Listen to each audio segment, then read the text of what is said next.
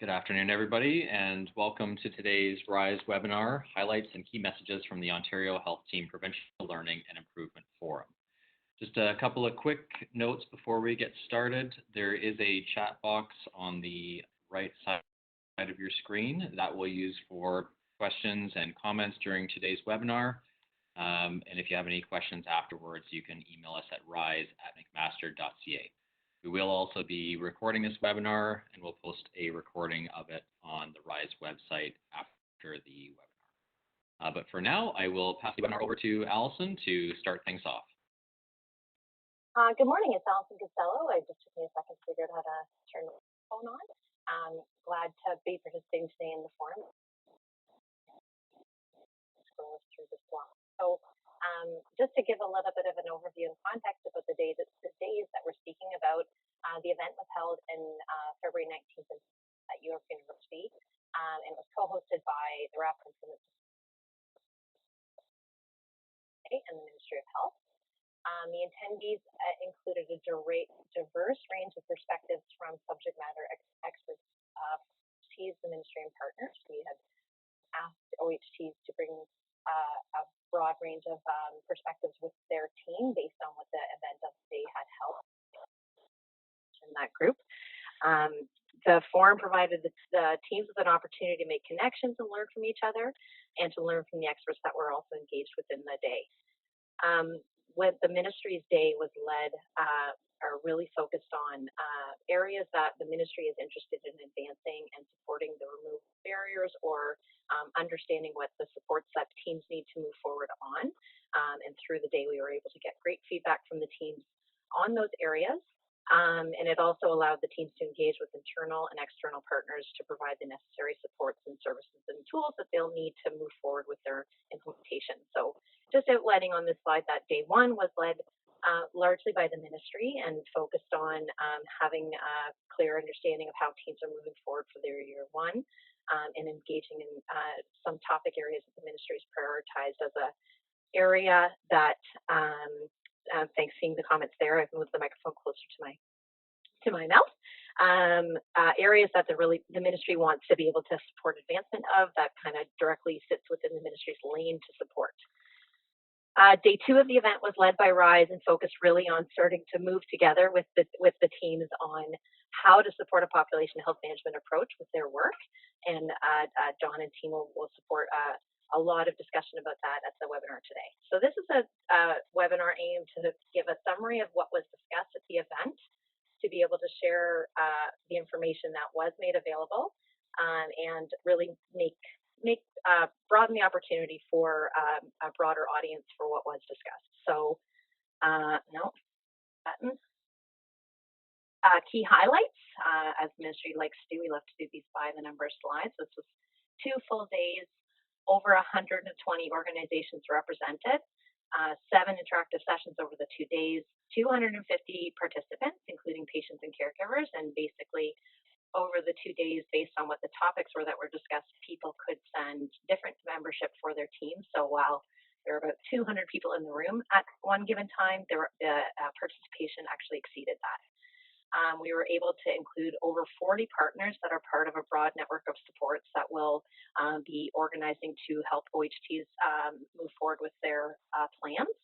And the OHTs that were invited include the 24 approved OHTs and the 6 full applicants OHTs.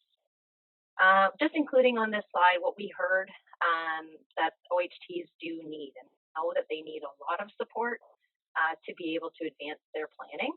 There was definitely a very, very, very clear message to everyone in the room that the investment of funding and resources are a real challenge for the teams who have been supporting the work to date on the side of their desks, and it's becoming a challenge probably with the capacity exceeding right now as well.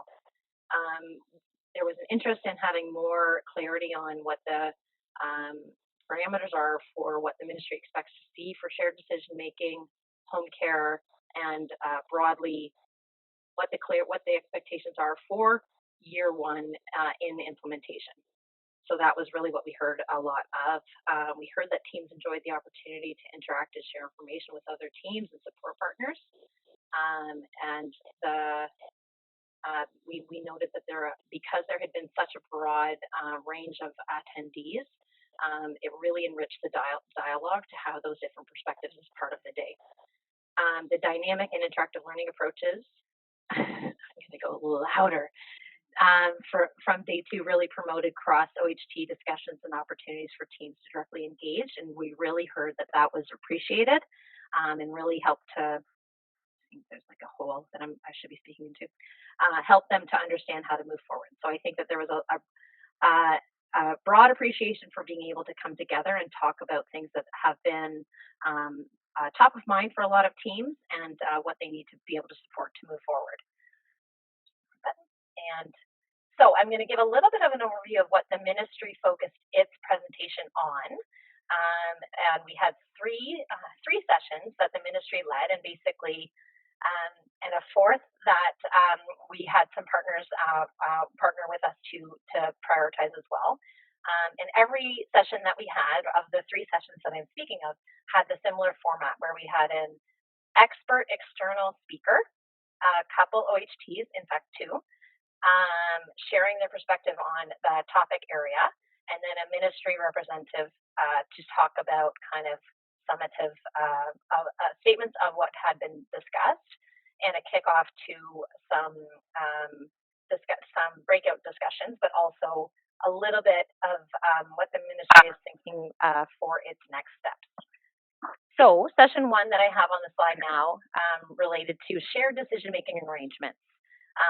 So basically what we talked a lot about was that we know that partners are really focusing a lot of their efforts right now on how to come together, how to organize themselves, what's appropriate for where they are on their maturity path.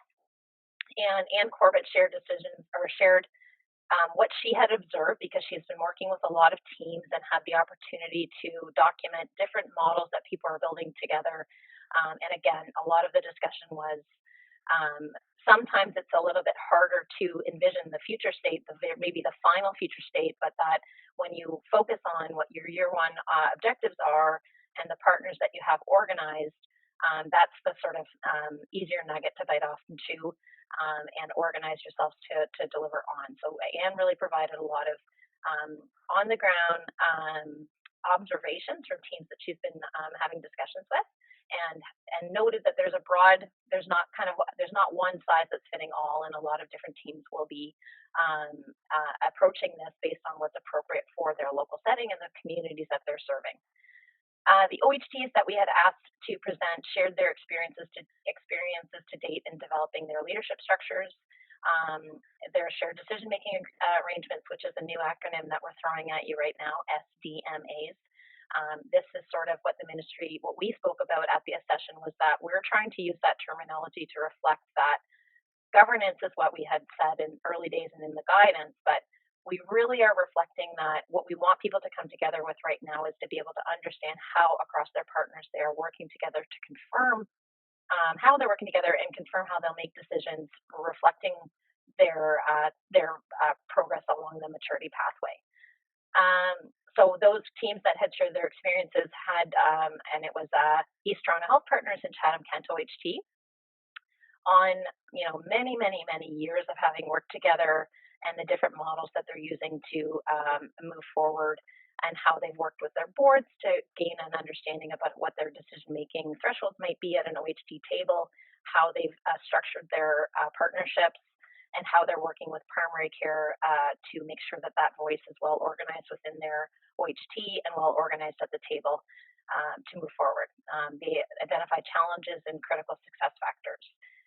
What we sort of did was provide a summary of the discussions and what the ministry is thinking around expectations for early stage shared decision making. So what does it mean for what would we expect a team to be able to have confirmed across each other about how they're working together at this stage in the journey? We know that it could take some time to really confirm more nuanced interworking relationships. But there's an element of working together that we do need to see confirmed to make sure that we understand that there really is a shared vision, a shared commitment, and processes at least that would allow them to confirm how they would work together to confirm their decisions together and then implement what they had decided. So we had breakout sessions related to what we kind of talked about as a min specs that really did draw on the initial guidance document that we released, and wanted to hear from teams about the challenges, where they are on maturity pathway for establishing shared decision making, what they've experienced as challenges, and what they need from the ministry or others to advance their shared decision making arrangements. So we heard through that breakout that they'd like some further guidance on minimum specifications for that, advice on how to structure for larger teams, but I think that wasn't unique just to larger teams. I think people that are not are thinking this through are just wanting to sort of hear from each other about what's been their success if they're encountering this particular problem or that particular problem. Centralized resources and templates to avoid duplication and a work effort to pull together information. So we're taking that request and seeing what we can do to support that. A lot of discussion on physician engagement and how to get that participation really well organized at the table, and that teams definitely indicated that not having sufficient funding is a barrier to date. So that's something that they had also flagged. There is also an interest in having some clear instructions or guidance from the ministry on what the expectations are for year one, so that people know how to arrange their shared decision making to be able to achieve those expectations. So our next steps are to continue, or OHTs are going to continue to develop their local shared decision-making arrangements that are applicable to their communities. The ministry is working on developing guidance that would kind of take the nuggets that were identified in the initial guidance document released last spring and spell out a little bit more about what that means for teams right now and what we would want to be able to see within the first year of operations. We're also working with our central program of support partners, which includes a broad range of partners, to be able to identify if the ministry is able to release guidance, what are the kind of complementary elements that can be shared at the same time that will help people kind of move forward in how to implement that work. So there'll be more to come with that. On that topic. It's a really, what the ministry, I'd say like the overall message of this is that the ministry really sees this as a foundational step for us to understand how teams are coming together and to have the confidence that teams are coming together in a way that's, really sound and enables a future state, joint accountability framework or shared performance approach, and eventually how funding will be organized around those teams. We had a session on home and community care with Dr. Samir Sinha speaking about kind of the current state of home care within the system, and two OHTs that spoke about their proposed model of implementation through the OHT implementation, and Amy Olmstead from our home and community care branch leading a kickoff session. Now, I won't go into too much detail, knowing that these slides will be available to share, and also to note that this session had been held about 5 business days before the legislation was introduced. And we know the ministry is really prioritizing sharing information about what this means for teams, because we really see the teams as the deliverers of transformed home care. So I won't go into too much detail on this, and also note that there is a webinar that is being held for the OHTs tomorrow by our colleagues in the Home and Community Branch. That is the first of one that will be repeated. So more information will be shared on that. The other session that the ministry had hosted was on digital health and information management. Expert speaker was Dr. Sasha Bhatia, talking about the kind of potential, the art of the possible with advanced digital health information programs, and 2 OHTs that spoke about their plans for digital health advancement. Greg Hind, our Assistant Deputy Minister of the Digital Health Division, spoke about themes related to digital health and information management, and kicked off a breakout session where we really heard from teams more about what they would need to be able to advance their digital health plan. So you sort of think about how we had built the application with a couple appendices to really hear about how teams want to be able to advance home care and then digital. These are going to be areas that the ministry is really prioritizing to understand how teams need, what teams need to be able to advance their plans. And I know digital specifically, certainly funding and resources have been a major, major, major theme through the discussions. I apologize for that. And an expanded access to existing digital health access, and a stronger ministry direction on some of the digital health programs that we are expecting. So we'll continue to work, OHTs will continue to work collaboratively with their partners in the digital health division to move forward on their digital health and information plans. The ministry is working on sort of advancing and updating guidance that it might plan to release to be really responsive to what the OHTs had indicated, including information management guidebook that will help address the needs for health information standards. The final session of the first day, which I keep not calling part of the sessions, but it was co-led by Lisa Priest and Maggie Karastecki, who's a caregiver partner within one of the OHTs. And it was a kind of an approach to a fireside chat to talk about how bringing the patient voice to the table will be really, really important as teams are moving forward. And we heard really fantastic feedback from the patients that were in the room about how they have felt more engaged in these efforts than they've ever experienced before. And that was really powerful to hear. And I think from our perspective, we really want to ensure that really continues. And there's a prioritized effort on documenting how patients and caregivers are engaged in the OHT work and what benefits they're seeing through implementation of OHTs. So we will be working to implement a process to kind of standardize those case studies, as we're calling them, and request those so that we can understand what benefits are being seen to the patients. And we're working really closely with Ontario Health. Lisa Priest is the lead there to establish the protocol and best advice for that. And as well, there will be work to evaluate the patient engagement efforts as well. So there'll be more information to share with this in the coming weeks. But I would say, there's not a lot of teams that need further encouragement, because it has been really overwhelming and positively seen how the engagement has gone to date with patients and caregivers at the local tables. Noticing that we're seeing some questions about the sharing of slides that were presented at the forum, and we plan on sharing everything that was shared at the forum. We're just working through translation and accessibility requirements for the ministry to be able to post those, but that is well underway, and we hope those will be available as soon as possible. But I think the effort through all of our events will be to be transparent in all the information that we're sharing so that we can move that forward. So that is what's outlined on this slides, and the ministry and RISE as well are looking at the evaluation results from those that completed them at the session.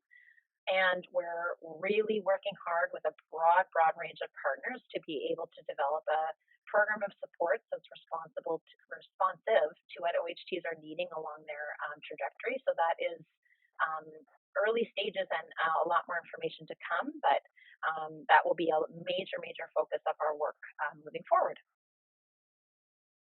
And I'm going to turn it over to John Lavis, and I'm going to mute myself.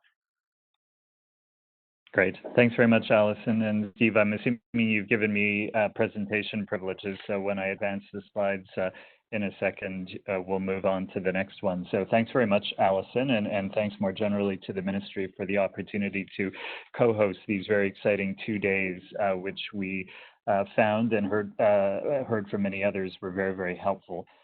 In our continuing efforts at RISE to, as we often say, drink from a glass rather than a fire hose, I'm just going to quickly give an overview of some of the key insights and perhaps more importantly, a guide to some of the materials that are going to be made available online through the Ministry and the RISE website in both English and French in the days coming up.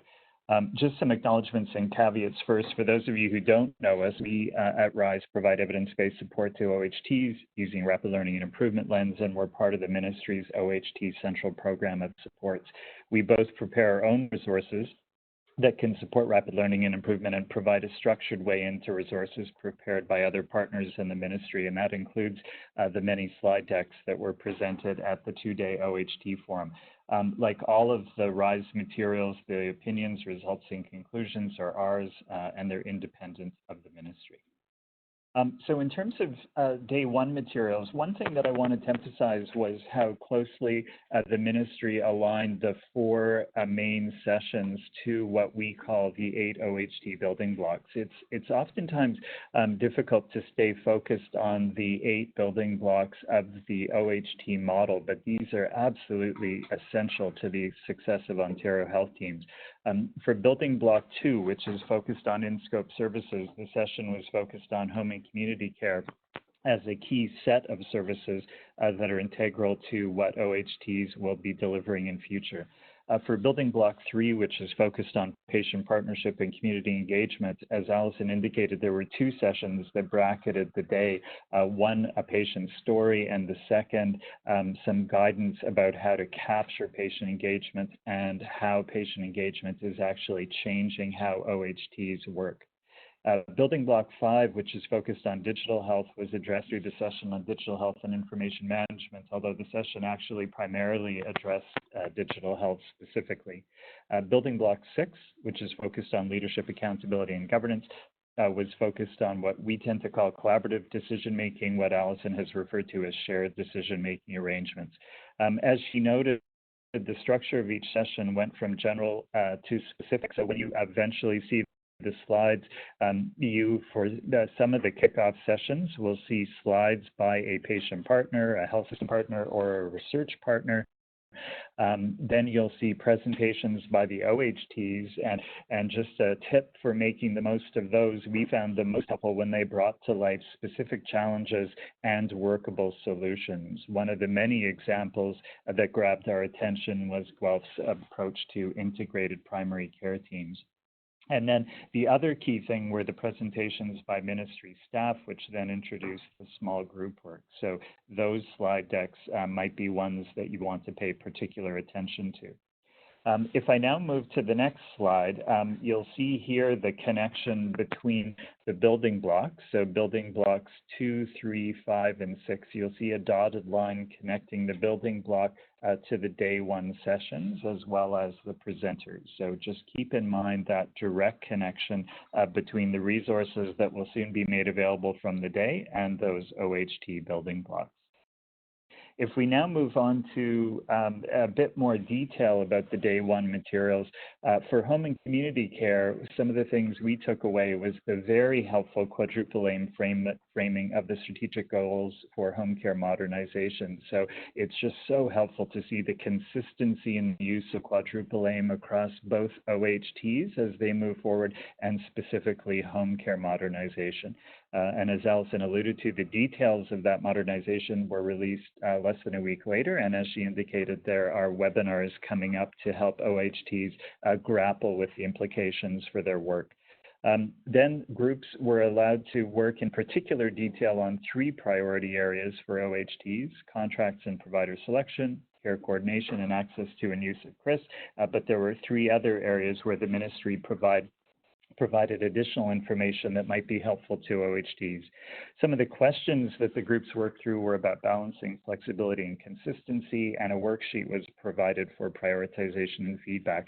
So for OHTs, I would highly recommend that you bring to the attention of those of your team who will be involved in home and community care these very, very helpful resources, as well as point them to the upcoming webinar. For building block 3 on patient partnership and community engagement, I mentioned that there was a patient story from Maggie, which was hugely helpful in setting the tone for the day. But there was also then a session at the end of the day about the rationale for examples and suggested themes for patient engagement related case studies. So although more detail will come about these in future, I was very taken by the emphasis during this session on how important it will be for OHTs going forward to really capture these stories about how patient, family, and caregiver engagement is actually changing how the system delivers care for Ontarians. If we move to building block number 5, this was the building block for which the most material was made available for OHTs to digest. So again, if you're part of an OHT and will have digital health people focused on this building block, I would highly recommend that they zero in on the handout Distilling Year 1 Expectations and Mature State Outcomes, as well as a set of implementation-related questions that the ministry is grappling with and was seeking feedback on. There's also a pre-circulated document, slides, and handout that complement the digital health playbook that many of you will have seen already. In terms of leadership, accountability, and governance, no substantive change over the past year, but one thing that really caught our eye, and Allison alluded to it, is the importance of having a qualified entity to receive and manage any one-time implementation funds. A decision has not yet been made about those funds, but if they become available, it will be important for teams to be prepared to receive them, as well as the importance of having a framework for shared decision-making on the use of any such funding. As Allison alluded to, the ministry is doing additional work on this particular piece, and that will be very, very helpful to OHTs as they move forward. Now, if we turn to day 2, where RISE played the bigger role, there was a plenary session, 4 stations through which each group cycled through, and then a consolidation opportunity. And the day was meant to give teams a chance to advance their population health management plans to move the needle on quadruple aim metrics for their year 1 priority population. So day 2 zeroed in on a different building block from day 1. It zeroed in on building block 4, patient care and experience. As most of you know, virtually all of the approved Ontario health teams have focused on one or more of this list of year 1 priority populations: people at the end of life and are needing palliative care, older adults with greater needs, people with chronic conditions, and people with mental health and addiction issues. So those were then the groups that moved through the stations which were focused on the steps in population health management. The last bullet received a lot of emphasis on the day, and it's something that I can't say enough how important it is to transition in our thinking from pilot projects to ensuring that every step is a step towards full scale. So these efforts to put in place population health management really need to be seen as a set of steps that are moving towards population health management for the entire attributed population, with the year 1 priority populations being a chance to get your feet wet, work out the kinks, and think about how to scale to the entire population. If we go back to the building block slide, the population health management piece, as I mentioned, aligns directly to building block 4, patient care and experience. So our guide to the day 2 materials. So as I mentioned, there was a plenary presentation. It was the best presentation I have ever seen on population health management. It was given by Rob Breed and Andrew Pinto. The slides are posted now on the RISE website, and a translated version will follow soon.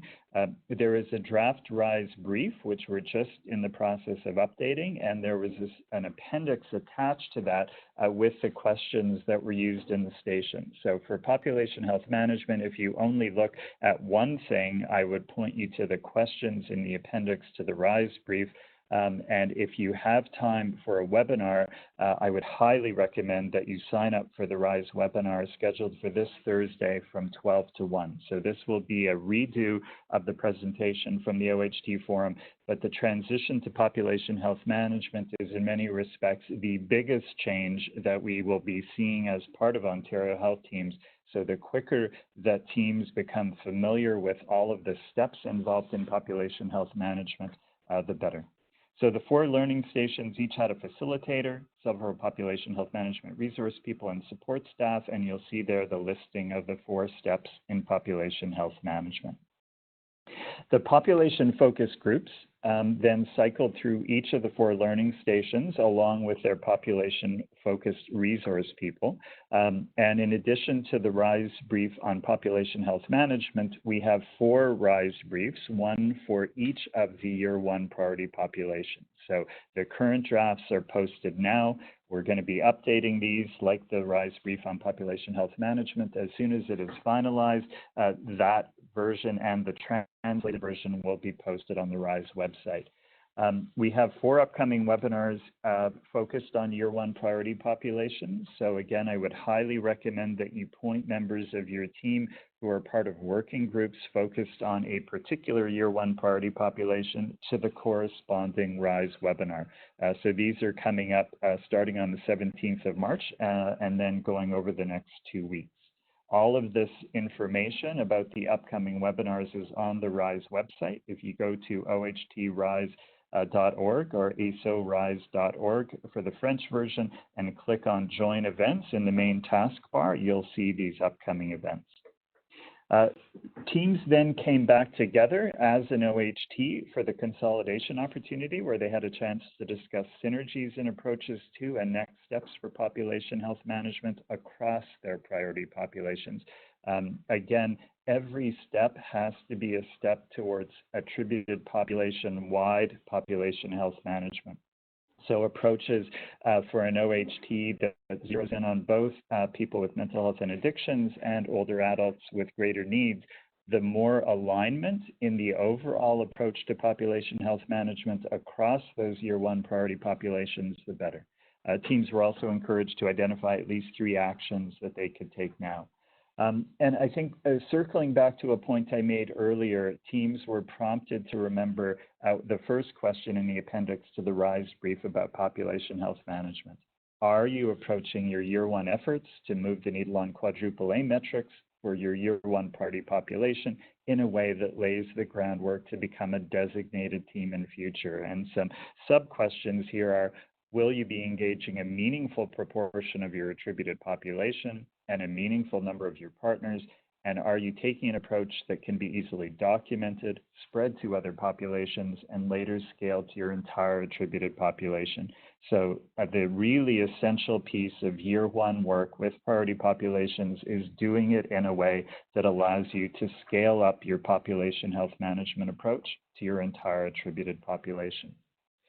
We learned a lot from the OHT forum, both we and the ministry. I won't read everything on this and the slides to follow, but I'll highlight the ones, or I'll discuss the ones that are in blue.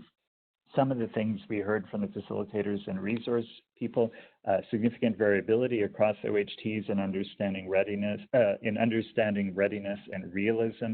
Both the ministry and RISE are very, very committed to equity and supports to teams. So we are happily making ourselves available to support teams that might need a bit more help in this understanding and readiness.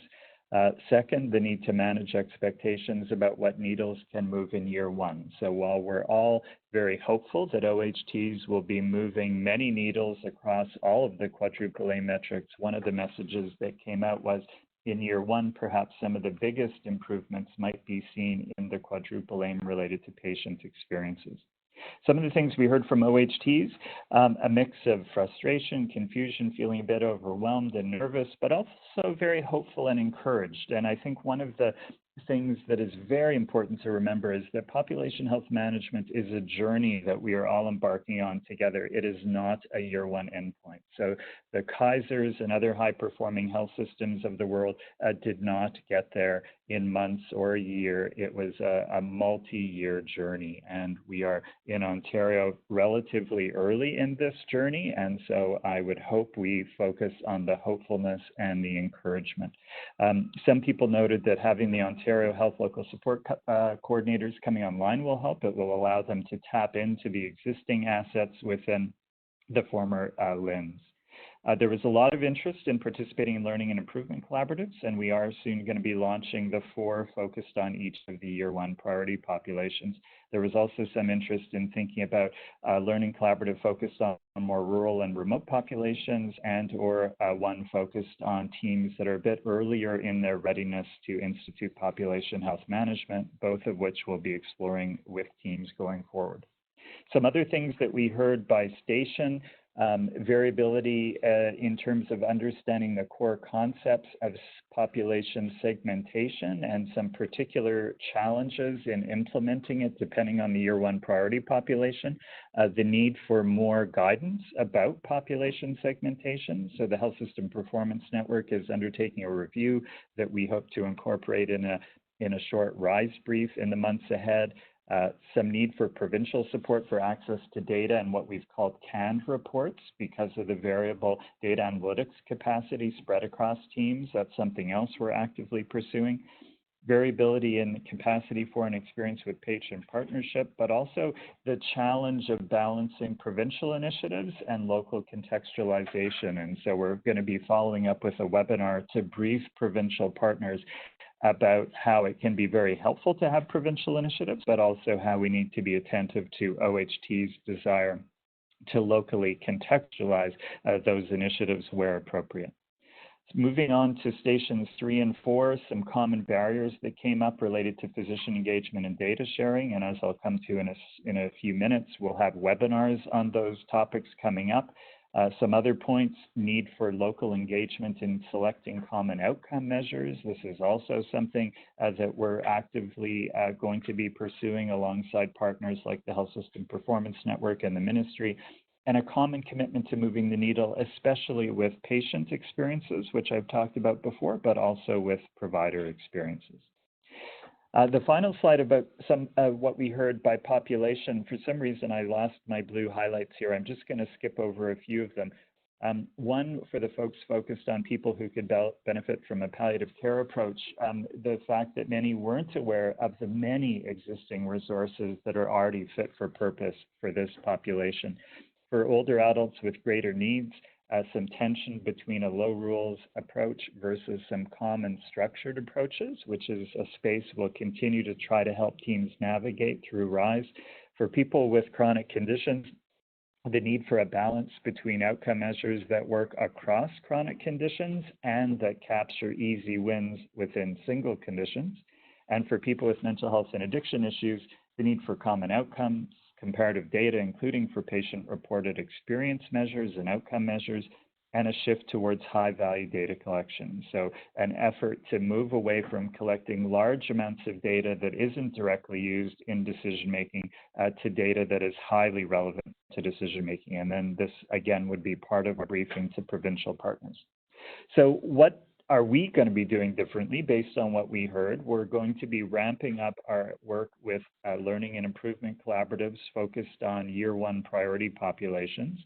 We're also going to be working with many members of the OHT Central Program of Supports towards a seamless experience with the coaching and other on-the-ground supports that are available and will be coming available soon. So some of you will have been approached already by Advance, which is focused on collaborative leadership, and that's an example of a resource that we will be connecting closely to.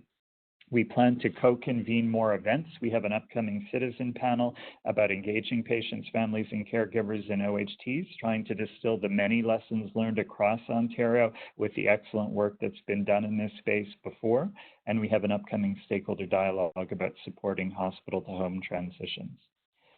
Some other things, I've talked already about the webinars that are designed to broaden the reach of the OHT forum, like today's webinar in a way, but some of them will be a chance to hear again the presentation, for example, about population health management. But here what I've got are 4 additional webinars that address particular issues that will be relevant to Ontario Health teams. So we're planning a webinar to unveil the full suite of participants in the OHT Central Program of Supports. We're going to be reaching out to a number of the physician and other provider associations to organize a session specifically on primary care physician engagement, which emerged as absolutely key and one where we need to be sharing lessons learned. We'll have one on data sharing within existing rules, recognizing that with PHIPAA modernization, those will continue to evolve. And we're also going to be having a webinar where we highlight insights for provincial health system partners about balancing provincial guidance and local contextualization, and also the importance of transitioning to high-value data collection. So again, all of these dates and information about how to register are on the RISE website. Just go to the RISE website, ohtrise.org or esorise.org for French, and click on Join Events. We'll also be preparing or updating RISE briefs about population health management. So that's the one that matches to the presentation by Rob and Andrew, one for each of the Year 1 priority populations. We're also going to be finalizing our RISE brief on data analytics platform, which links to one of the building blocks. We'll be having one prepared on population segmentation, and we're also developing some on key patient partner, health system partner, and research partner resources. Some final next steps: prepare more rapid syntheses. So as you know, we've had many integrated care initiatives in Ontario. We would like to make sure that OHTs stand on the shoulders of those who've gone before us with health links, bundled payment, rural health hubs, and others. And we also know that many Ontario health teams are using a hubs approach or another approach to co-locating services. So we're going to be pulling together the lessons learned from those types of experiments in the past. We're about to fully update the text on the RISE website in English and French, given how this area has moved so quickly, and we'll continue to post both our own resources, resources prepared by the ministry, like the slides that were shared at the OHT forum, and materials from other partners. So that's a quick run through to us. Again, hugely helpful day in terms of what we learned. We think and we know from the evaluation results that teams found it to be hugely helpful. They also gave us a lot of feedback about how we at RISE can do even better. And as you can see, it has directly affected our plans for the coming weeks and months. And as Allison indicated, the ministry also found it very helpful. So with that quick run through of what we took away, and hopefully a guide about how to make the most of all of the resources that will soon be posted on the RISE website from the 2 days, we'll open it up for a Q&A session. Both Allison and I can jump in, and I should have said I'm here with my colleague Heather Bullock, the executive lead for RISE, and she might jump in as well with some responses. So should I turn it back to Anna? Anna, do you have any questions come in that you want to direct at Allison or myself and Heather? Well, we haven't had too many questions yet, but we may have some people writing. But I just wanted to get a sense, maybe because the forum was such a targeted moment for people to provide feedback, both to the ministry and RISE, going forward, I wanted to get a sense of how people might be able to do that as they work through the process. Sorry, can you say that again, Anna? How OHTs can?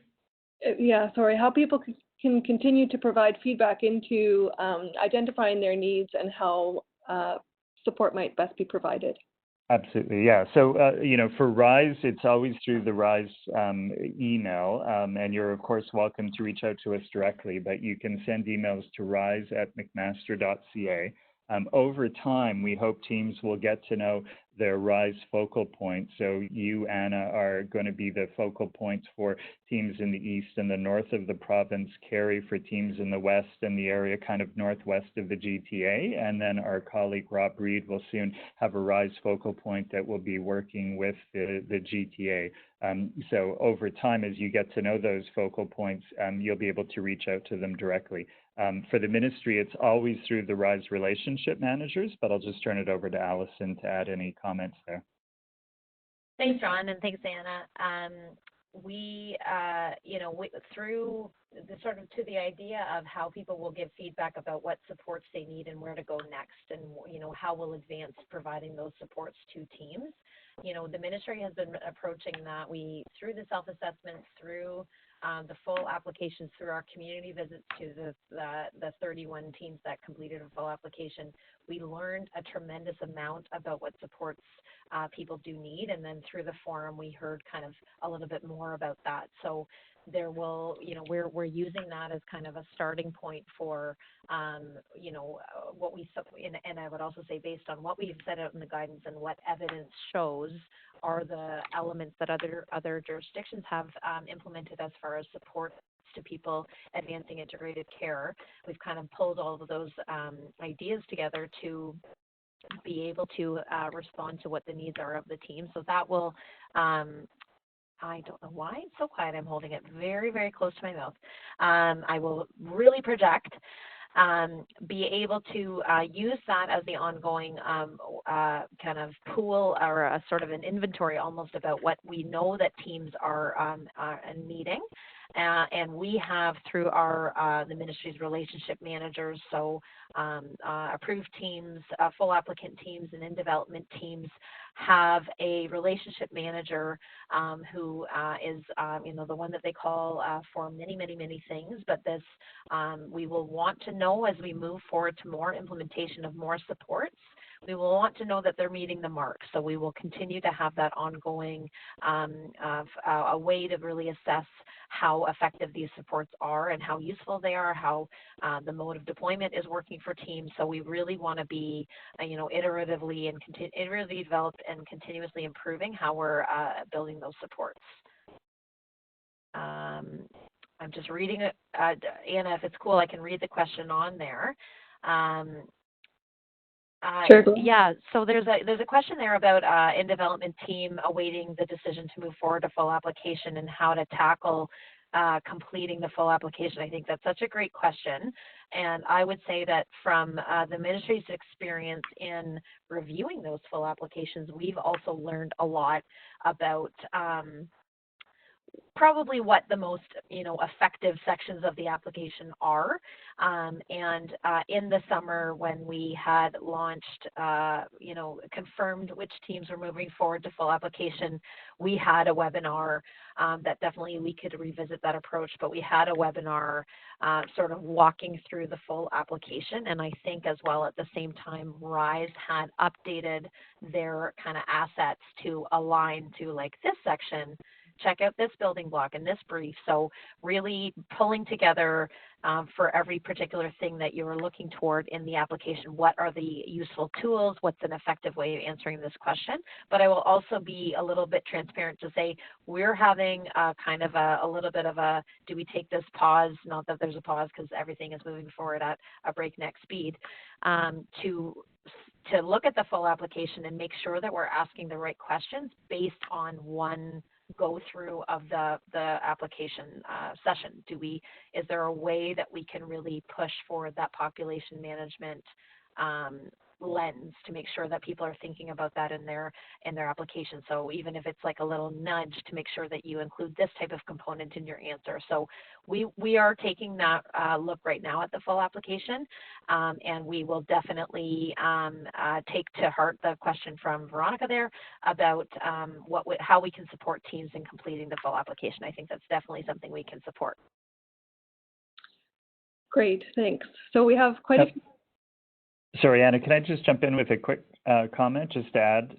So I saw that there was a question about will the webinar recordings be posted, and I know that Steve responded, but just to emphasize, as with all our webinars, we will be making available a recording of the webinar after. So if you have colleagues who missed today, you can go to the RISE website probably within a day or two and access the recording and point them towards it, and similarly for any of the upcoming ones. So we would encourage you to think about that also as a vehicle for sharing the insights both from the OHT forum and for some of these other topics that were prioritized for upcoming webinars. And then just to complement Allison's response to that question about how we can best support teams in development that are moving on to the full application, that's a great example of a tip that we'll take on board, and it could be that we could work with folks that put together applications to derive a lot of lessons learned and to schedule a webinar that would allow teams in development to learn from that process. As Allison mentioned, we aligned all of our resources to the sections in the full application. And as with all of our products, we periodically go back to them and update them. And our intent would be to go back through our documents to see if there's anything that can be done to further enhance the match to teams and development needs as they move to full application. The other thing, there's a question about encouraging teams to share resources. We can't emphasize enough how wonderful we would find it if teams were willing to do this. As I mentioned when I was speaking, we found the OHT presentations at the OHT Forum particularly helpful when they zeroed in on challenges that they were experiencing and when they described innovative solutions that they were using. So we're very committed at RISE to document those where possible and incorporate them in our materials, including profiling them in our webinars. But once we get the communities of practice or the collaboratives up and running, focused on each of the Year 1 priority populations, there will also be the opportunity for teams to post documents that they are producing, that they have developed, that they are willing to share with others that will help them with that. And then we can also do that more generally within the OHT community of practice. So I think all of us will get farther faster if teams are willing to share innovative examples of their work so others can build on it. So back to you, Anna. Thanks. So just following on that comment about shared learning, one of the questions came in asking about any plans to bring OHTs and ministry back together to look at early evaluation, early successes, and shared learning. Thanks, Anna. I think, based on the success of the forum a few weeks ago, it's something that we would love to do again. I think what the ministry is going to have to wrestle with is the ability to do it again. It was a big lift. So I think we'll be looking to what does it mean to bring people together virtually. Like I certainly wouldn't want to have to wait until the ministry can do that again to have that be the next opportunity that people can get together to share. But we definitely are taking, that there was good feedback on the ability to be in the same room and look what we can do in the future for that. So it's something we're definitely thinking about, but we'll also look to the collaboratives that are being developed that John has mentioned as one opportunity for teams to be sharing. But we know that there will be significant markers in time, points of implementation to reflect and definitely share about the evaluation that is underway. So we think it's a great idea, and we'll be considering what we're able to do over the coming year. Great, thank you. So we have another question asking about feedback received about the challenges of merging various digital health communications when it comes to various providers across hospital, primary care, and community under one architecture.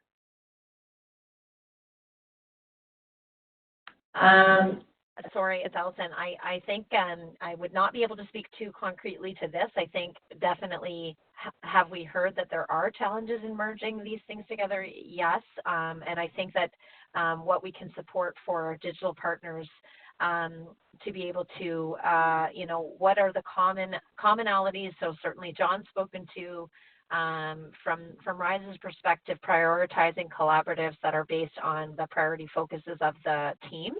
But from the ministry sessions that we had held, we're seeing great learnings across shared decision making, digital and information sharing, certainly around home care, that we will want to maybe bring people together to learn from each other about how they've approached that. But I would also say that the ministry still on the digital front is considering what additional guidance might be needed to be able to support that type of integration if that is what people are looking toward. So unfortunately, I'm not the person that can best speak to that, but I think that what even the forum is to be able to discuss those types of elements. It's been quite some time that the ministry had hosted the playbook webinar. That was some time ago, but I think that was an opportunity at the time for teams to share questions that they have on digital health.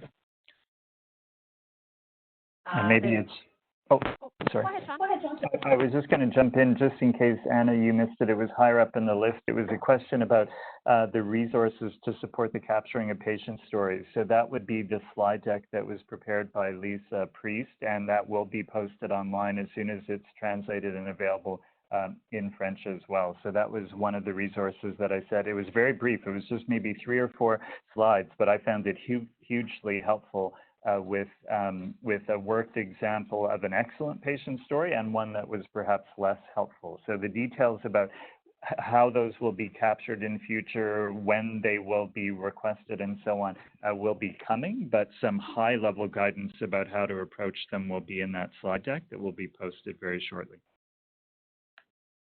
Thanks, John. And I would also say, you know, as we've noted in the slides that are here, that there is work underway to advance what, you know, a little bit more meat on the bones of what had been presented at the day, a little bit more to help people get to, okay, how do I do this? What are the tools that I can access? There's tons of great information out there existing, experiences across the teams, experiences across PFACs and other, you know, Lynn PFACs and others that we want to build on and not recreate. And we're definitely working with Ontario Health, but also the Ministry's Patient Engagement team is partnering as well to be able to support getting that information out, to be able to support that. I'm seeing in the Q&A section that there's a question about the healthcare experiences survey that was discussed at the forum. I don't recall that particular discussion, but I would say that my kind of vantage on this particular question, and Lynn, you can clarify if I'm not hitting the mark, is that the ministry is trying, you know, considering a quadruple aim framework, the ministry is trying to advance how it will support the capture of a common expression of patient experiences so that we can understand the success of OHTs. The Healthcare Experiences Survey is, to date, the kind of largest footprint of that perspective. And we're looking at that and other experience surveys that exist to understand what is it that we're going to kind of bolster to be able to capture what OHTs are affecting through implementation.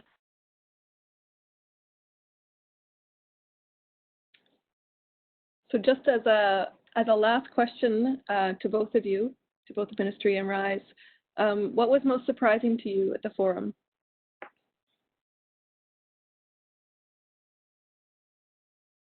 Hi, it's John. I guess for me, the surprise was about the variability in the response to the population health management piece. So I mentioned before, some folks feeling a little bit overwhelmed, confused, and so on. Others very encouraged and hopeful. And that was a real wake-up call to us about, it was a reminder about how big a transition this is for all of us in Ontario, but also the tremendous promise of it. So I found myself incredibly excited about the future, hearing the presentation from Rob Reed and Andrew Pinto.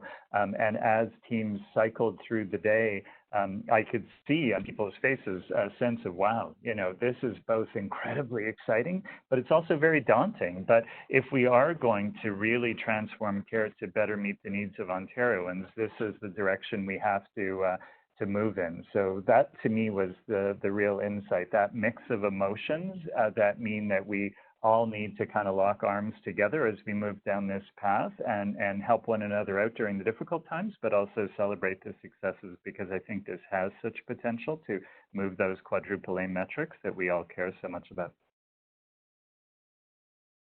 Thanks, John. I think mine would be in a similar vein. I think, you know, bringing together this many teams, the broad perspectives within each of those teams really, you know, you heard a broad diversity of the experiences that people are bringing, and really how they're approaching their creative solutions to what they're seeing in front of them. What they, you know, I don't want to say I'm surprised by, but excited by the energy that is still there across these teams to be able to move forward this work. Really, really positive feedback about not just, I mentioned earlier from the patient perspective, but not, you know, from other provider perspectives as well, that they had not felt this level of engagement, this level of, you know, the promise of what they're coming together to build. So that is really was inspiring. I think, you know, from the ministry's perspective, our heads have been down for so long to be able to do the work to support the OHTs to be approved and now support them through implementation. Anytime we get to be in the room with the partners, it is really challenging. Or sorry, it's not challenging. It is really inspiring. I was getting distracted as I said those words. So I think that it's really inspiring as we move together. Cheryl's noting that we're at time up. The one cute little thing I wanted to say that our team noted is that in one of the feedback sessions during the day, someone said, "Who's still saying oats? And who is saying OHTs?" And everybody agreed that we're saying OHTs and not oats or aughts. And we from the ministry condone that kind of message and branding. Yeah. Great. So if I can just jump in, just a reminder, if you have colleagues who weren't able to be there for OHT Day 2 or for today's webinar, for the presentation on population health management, that one will be on Thursday, the 12th of March from 12 to 1. That recording will also be posted within a few days. If you have team members focused on a year one priority population, you'll see the dates there. These will also all be posted.